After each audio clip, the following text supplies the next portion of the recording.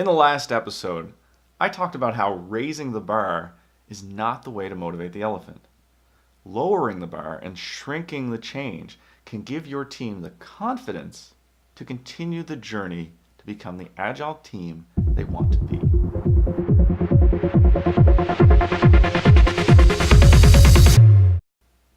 Just like the car wash that put 2 stamps on customers' loyalty cards, or the researchers who informed the maids how much exercise they were already getting, you can inspire your team to take the next step on a journey to agility by showing them how far they've already come.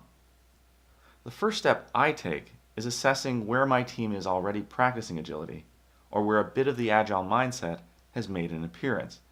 In my own team, I've been talking up the benefits of extreme programming, including the practices of pair programming and test-driven development.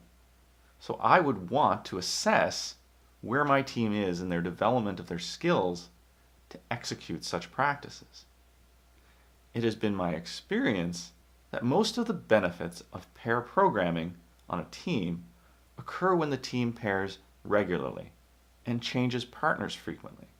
In Arlo Belshie's research into so-called promiscuous pair programming, he found that exchanging partners every 90 minutes and exchanging the most experienced partner each time was the most effective at enhancing velocity.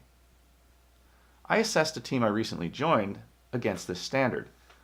This team practiced some pairing under certain circumstances, such as when an expert needed to be consulted, or when 2 people worked on closely related components. Such pairing was short-lived and far from promiscuous. But like the stamps on the loyalty card, it was a place to start. As an individual contributor on the team, I had the opportunity to pair promiscuously with each team member and demonstrate how effective the practice was, and get them to see how the pairing they were doing occasionally and with the same partner was at least a stepping stone towards an even more effective practice. A second practice where my team already had made some progress was test-driven development. At the time I joined them, some members of my team had recently started to practice the writing of automated unit tests. There is a lot to learn to write unit tests effectively.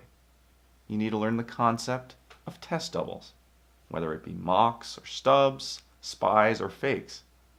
More importantly, you need to learn how to listen to your tests. Much like having a goal of promiscuous pair programming, I had a goal for my team of full test-driven development where each code change is the minimum necessary to make the latest test pass, and a strong focus on refactoring. But that's not where we started. The unit tests my team wrote came after the code was written.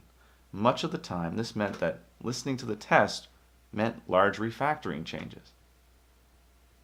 But again, the practice of unit testing meant that my team already had some of the groundwork laid for test-driven development. Through the mechanism of pair programming, I could help develop their practice on new code to make full use of test-driven development. Because they had experience with unit testing, I could demonstrate to them that they had a shorter route to test-driven development.